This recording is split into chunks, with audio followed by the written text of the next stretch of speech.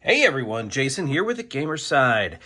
And I'm going to take a deep dive into all the things I did with my copy of Star Trek Fleet Captains. And I did this not too long ago. I only acquired this game maybe a couple months ago. Finally got a copy. I think I got it from Noble Knight Games. And it's been on my grail list for a long time. It was a game I knew I wanted. I knew I would enjoy it.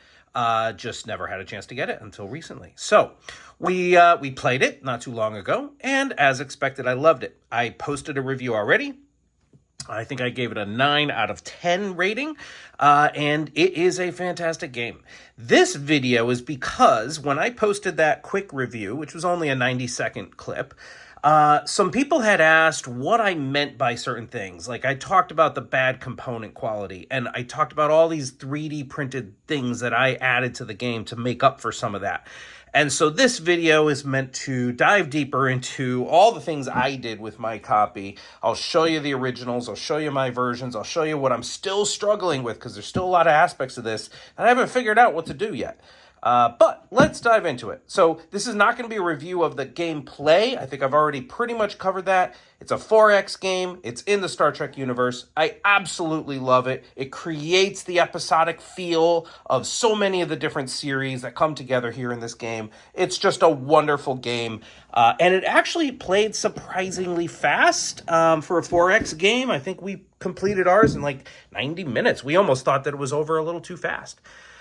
Okay, so I'm going to open the main box here, and I don't quite know what order I'm going to go in because there's so much to cover and say here. But first off, I have the base game, which had Federation and Klingon, and then I also have the Dominion expansion and the Romulan expansion. Now, you can already see I have printed inserts going on here. So I found a lot of things. I found inserts that had... The primary thing was these types of trays for the ships. Now, I have trays there. I have trays here. Why do I have duplicates? Because I printed a version of these that were as provided by whoever designed these trays. And the ships, while you can get them in there, they're pretty snug. There's a little friction around the edges, and so that you can do this. Well, I don't know why you need to do that. I'm never going to turn my box upside down. That's not what I do. I don't even store my boxes vertically. So I don't need that snugness, and I didn't love the friction going on there with the way these were originally designed. So I ended up redoing the trays myself. I basically just made those holes a little larger in a little CAD program. So they're a little more free. You can turn them around so that some of these are larger than others, and you maybe need to rotate them slightly to get them to fit properly in the box. And that's fine. I don't care if there's a little jiggle and you can see something like, I don't care about that. I'm going to put this flat on a shelf. So for me, the larger hole size worked better. Number 2, that same insert design was intended to have a row at the bottom with ships, two factions, and then a row at the top with the other 2 factions. And then in the center, we're going to be card trays and token trays. In fact, this was part of the token trays that came with that set that were meant to be like here. And then card trays would have gone off this way. I have already retired these in favor of a new style that I printed separately. And I made my own version of the card trays. Okay, a few reasons why. So let's start with the cards. First of all, the card trays that they had provided did not fit sleeved cards. Normally, I don't care as much about sleeving my cards. But in this game, the cards... here's the first of the awful component quality. And I'm sorry I'm using dramatic words like that, but I mean it. These cards are so flimsy, it's not even funny. And I don't know how to demonstrate it on camera. What I just did, and I'll have pictures overlaid here as I'm taking this video. I just did a highly forensic analysis. I took a card from this game, and I took a card from another recent game called Jungo, and I put them on little plastic stilts, and then I put a large D20 in the center of each card, so you can see how much this card bends down compared to the other card, which was from Jungo. So ultimately, all I can say is, you can't see it, you can't feel it on camera, but all I can say is these are the worst quality cards I have ever seen in my entire life for a game, other than cards I printed on my own printer. It is that bad. It is like the kind of cardstock you'd buy at Staples for $2 a ream and print out prototype components for those of us who are game designers. It's that bad. So I needed to sleeve these. So I have these heavy sleeves, which are, what's the name of the new brand? It's whatever the sleeve type is that basically replaced the Fantasy Flight sleeves, now that they're not doing it anymore, but it's that high quality style. So now for most of these decks, let's just take out, this is one of the command decks here. These are now, you can shuffle these. They're stiffer because of the sleeves. They are playable with the sleeves the way they are. Okay, so I definitely needed to sleeve these cards. So the card trays that they had supplied with that insert were not going to fly. By the way, why are these not sleeved? These front ones here, I'll explain that in a little bit. Okay, so because I needed to expand the trays in both directions to accommodate the sleeved cards, what I did was I took their card trays and I modified them. And now they fit like this, and then these other trays on the side. So to me, this is a good base box, but it does mean I have to store the tokens separately elsewhere. So we'll get to that in a little bit. What else? The game itself is based on HeroClix. Oh, by the way, the one component that's not bad quality are the ships. The ship models are awesome. This is my favorite ship in Star Trek, by the way, the Romulan Warbird. And the ships themselves are great. The HeroClix base, however, there's a couple issues I have with it. First of all, you have to be careful when you're going to rotate these HeroClix to see the correct stats in the little window there. You have to hold with 2 fingers the top of the base and then 2 fingers the bottom of the base and rotate it. Do not hold from the ship and rotate it, because that will torque the ship and snap it off of the plastic base there. So you have to be sure you're rotating these properly so you don't snap the ship off. And some of these HeroClix stick. They're a little harder to rotate than others. Not awful, but my bigger issue with the HeroClix system is that these numbers are just so small, and then you're putting this on the table way far away from you, and they're moving around the map, and you're supposed to be able to see from afar what that is, and then when you want to change it, you have to pick it up off the board, figure out which window, you have to rotate a bunch of times to see, okay, maybe that one, nope, maybe this one, and then put it back where it was. That is not for me. That's not what I want to do in my games. So what we have, I guess we'll go to this next. Like I said, I wasn't sure what order I was going to go in. These ship cards are not sleeved because what I have, if you take one of these cards, I have 3D printed these display trays. They come in like 4 or 5 pieces. They have a sliding thing there with a window, and you take the ship card that you're going to use for the game, or you're going to use multiple ships, but you slide it in there. And now this is these stats here are exactly the same stats that are on the HeroClix base. But now I can see, that's what my engine strength is. That's what my weapon strength is. Oh, I have these 3 options I can rotate between. And it's right in front of me, the player, not out in the middle of the board. So these little trays, dashboards, whatever, to me were probably the most important upgrade. But the sleeve cards would not fit in here. So the ship cards themselves are the one card type. Well, no, there's another. I'll get to it. But this is one of the main card types that does not get sleeved. And that's why. So these were awesome. You could also do it, by the way. In fact, I saw some people online saying all you have to do is get one of those little plastic card clips that just, straddles the card. And then you can just slide that left to right, and it just kind of like points at the column. That would even be fine. In fact, you could do that and sleeve the cards. I didn't get those little clips. I 3D printed these monstrosities instead. But I think this is cooler. I like it. The only downside is the ship cards stay unsleeved, at least for now. We'll see over time. All right, so I printed like 12 of these. Like I said, they come in 4 or 5 parts, and you have to, there's little pegs. You have to print them as separate parts. There's a little divot there. There's a spacer. I ended up gluing. The little pegs said that they were going to go in nice and snug. They did not. They just kind of like slid right in. So I ended up putting a little dab of glue where each of the pegs went in so that it's held together nicer. Like I said, I go through a lot for games that I really like. I will spend time and effort on things like this. And I did that, I think 12 I printed of those. And I can always print more. Okay, so what's next? The dividers, of course, are fantastic because each of the 4 different races in Star Trek here have 10 different decks of command cards. So here's the Invisible Threat command deck. Here's the Pride of Romulus command deck.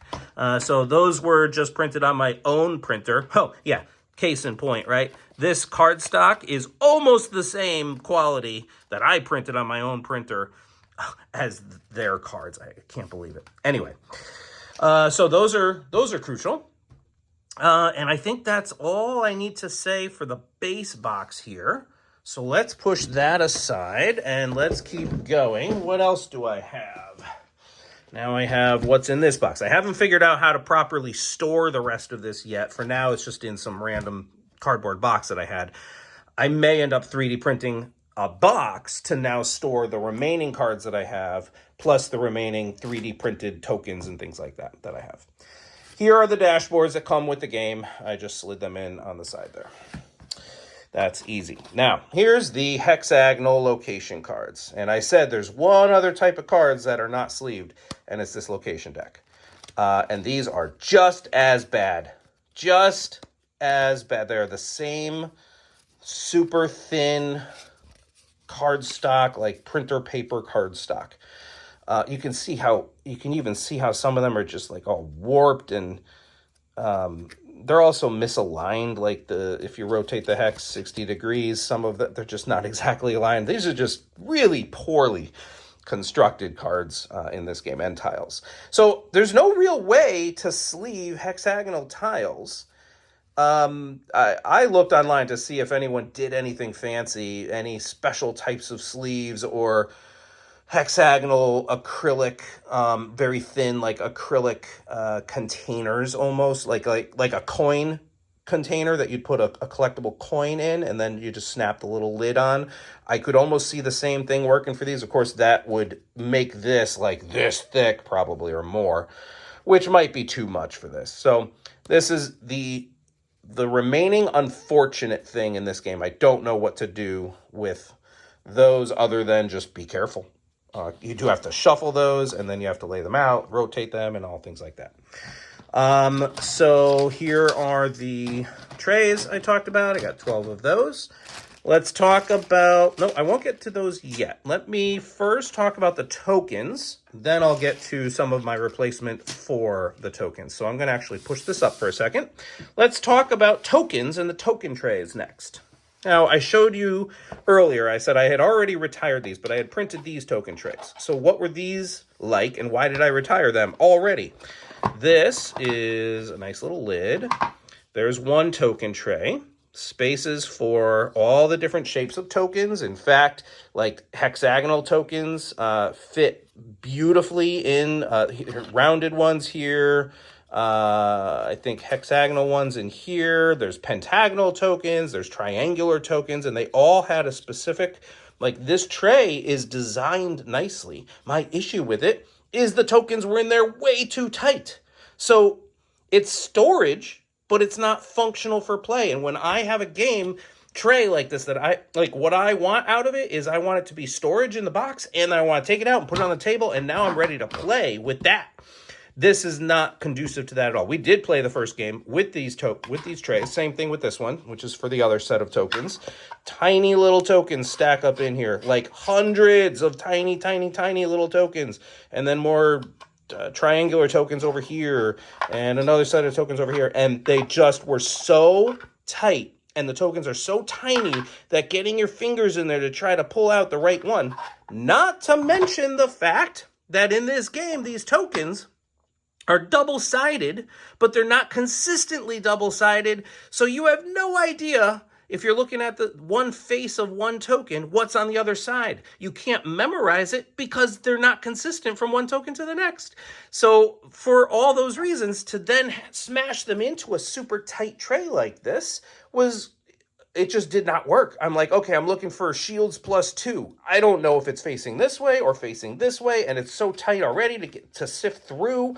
It just was not the right tray solution for me. This one here is an awkward tray, actually. It's just for these hexagonal tiles, and I think the intention was you put the dice in the other side, and then the 2 small dice, I guess, over there. And that's it, and it's like an open-ended thing here. So of all the 3 trays, this was probably the most appropriate because you just slide the hexagonal tiles in. But yeah, just did not work for me. I don't want trays to only be for storage. I want them to be functional during play as well. So I retired those. I also retired, as I said, the original printed ship trays, and I had printed a full set, Dominion, Federation, Klingon, Romulan, and I just didn't love the friction fit that they were. So those are now extras as well. So I'm going to push all that to the side. So what did I land at for the tokens? I landed at something that's passable. It's better than what I just showed you, but I still don't know as it's perfect. First of all, I don't have a place for the 4 dice yet. They'll just go somewhere in the box. There's 2 trays here. This is a different designer, a different tray designer that created these, and they are better, but they are also not perfect. And the primary reason they're not perfect is they were designed for the base game and maybe one of the 2 expansions, I forget, but it definitely does not support both expansions. So why did I do it? Because there's also duplicate tokens that you don't need all of them. And I will never play this as a big epic 4-player game. So I don't need all the tokens readily accessible. So I thought for me, okay, maybe this is still viable. Even though I have both expansions, I can't put all the tokens in these trays. It's a little awkward, but it's still better than the other one. These are more spacious. So here, this tray, I put the little dice in the middle there. I still don't know why they gave you little dice and the big dice. That's a little weird. So this one is all for the round tokens. And so they're more spacious. I can pull them out easier, much easier than the other one.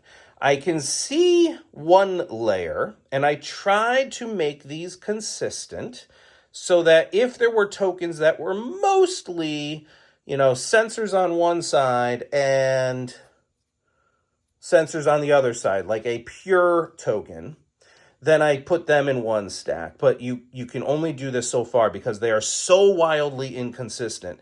And then even when it's sensors on one side and sensors on the other, sometimes it's -1 on one side and +2 on the other. Sometimes it's +1, +2, +1, +3. They're just all over the place. And then sometimes they mix engines with weapons. It just makes no sense. I want to replace these tokens with something that's much more consistent.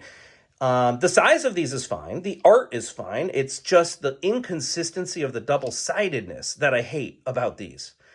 Suffice to say, for the moment, I don't have another solution. So this little round tray, I think, works well. And then they gave you a neat little lid. You have to kind of rotate it until you feel where it snaps in. And, okay, that's that. I thought that tray was passable. Put the 4 dice on top of that for now. Then, all of those other little tokens. Okay, I made a little lid there, which is almost useless. Here's, again, this was part of the same set as this tray. Here again, it was not designed with all the expansions in mind. So I have a bunch of extra tokens in Ziploc bags in this center hole area. All right, so that's number 1. Number 2, I like how this tray stores the triangular tokens in a certain well that's that's nicely sized for it. Square tokens there. This weird pentagonal style token. And then these stupid tiny ones. I'm going to refer to them as stupid tiny, and we'll get to my replacements for them shortly. I do like how it structures the tokens in a semi-meaningful way. Once again, though, here's a scan token. It's Romulan on one side, it's Federation on another. But then in another stack, it might be Federation on one side and Klingon on another. Look right there. So how do you organize things in a way that makes sense? It's so hard because of that dual-sided nonsense that they did. VP tokens, the colonies, star bases, outposts, and away teams. Again, 4 more token types on square ones. And sometimes they did it double-sided one way, sometimes another way. Suffice to say, once again, this is all I have for the tokens at the moment. Aside from these, I did replace these 3. So while these are the only things I have, I wanted a more meaningful way to store them. This token tray gives me a reasonable way to store them. So again, passable. Now these little control tokens, which again, this one here is Federation on one side, and I think that's, I've got to get closer, Dominion on the other side. And here's Klingon on one side and Federation on the other. It's just, oh my God. And they're so small and unwieldy. So I did print, there's pretty readily available different versions of control token replacements, because these are probably the most stupid tokens that they had created. Despite everything else that's also awkward, these were just so small, and the double-sidedness is so annoying for those, because you need control tokens constantly throughout this game, and you can't just give a player, here's your control tokens. I guess technically I could give them a stack that I know at least has Federation on one side, and I could just tell that player, ignore the other side, never flip them over. But then if someone accidentally bumps one in the middle of the table or over in their player area, and now it's flipped to the other side and you get confused. I do a lot for the games I love. And I'm going to keep reinforcing that point. That is what I've done here. Okay, so this is my token tray. This lid I modified because their version of the lid had spacers attached to the lid, so that when you put this on, if the square token well was only supposed to come up to maybe like half an inch from the top, then there would be a half-inch spacer here. So when you put this on, it rested firmly on top of the stack of tokens at whatever height they were supposed to be at. But in my case, I wanted to fill them up to the top with all the tokens that I had from all of my expansions. So I just ripped off in CAD their spacers, and basically it's just a tiny little cap. It has a little ridge here to slot into that middle thing, and it just sits there. Not really doing anything useful, but it's the best I could do with that token tray. So those are the base tokens and the trays that I landed at for them. Now, what are some of the other things that I did to upgrade? This is where things start getting really cool. Here are Romulan and Dominion control tokens. So it's clearly a 3-dimensional thing. You stand it up on the tile if you have a control token there, if you have a second control token there, because you can get up to, well, you can get as many as you want, but 3 is the max that you really need in the game. So you might have multiple of these out, but these are now easily picked up, easily visible across the table. They are not two-sided. They are one-sided. They are definitely, in that case, Romulan. Here are some Dominion, and I have yet to print the Federation and the Klingon, but I do have them. So, and they all say control on the bottom. Now, this set of tokens that I found, they gave you 4 different versions for each race. This is the control token. They also gave scan tokens, and it just has the word scan there. Otherwise, it's exactly the same thing, just says scan. One for cloak, and one for something else. I forget. Away team, maybe? I did not bother printing all of those. Those are nowhere near as frequently needed in this game. The control tokens, are the ones that are needed. In fact, I didn't want to have these really visible control tokens in the middle of the table, and then on some tile over here is an away team, and at first glance they look like the same token unless you read the word. I actually think that would detract from it because those other things are not as crucial to the area control part of this, the expansion part of this 4X game. So for me, the control tokens were critical. So I printed 25 of each. Technically, you might need more. We could always use the little stupid tokens as backups, or if I find I'm playing games, enough games, and have needed more than 25, I will just 3D print more. So those are a huge upgrade for the game.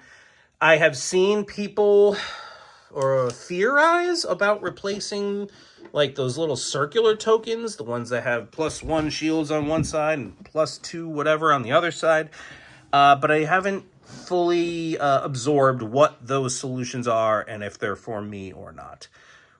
So, in short, this was not short, but I have done a lot for this game, and I will continue to because it is one of 4 or 5 games that fit into a genre of epic science fiction, sandbox, or 4X adventures that I love more than anything.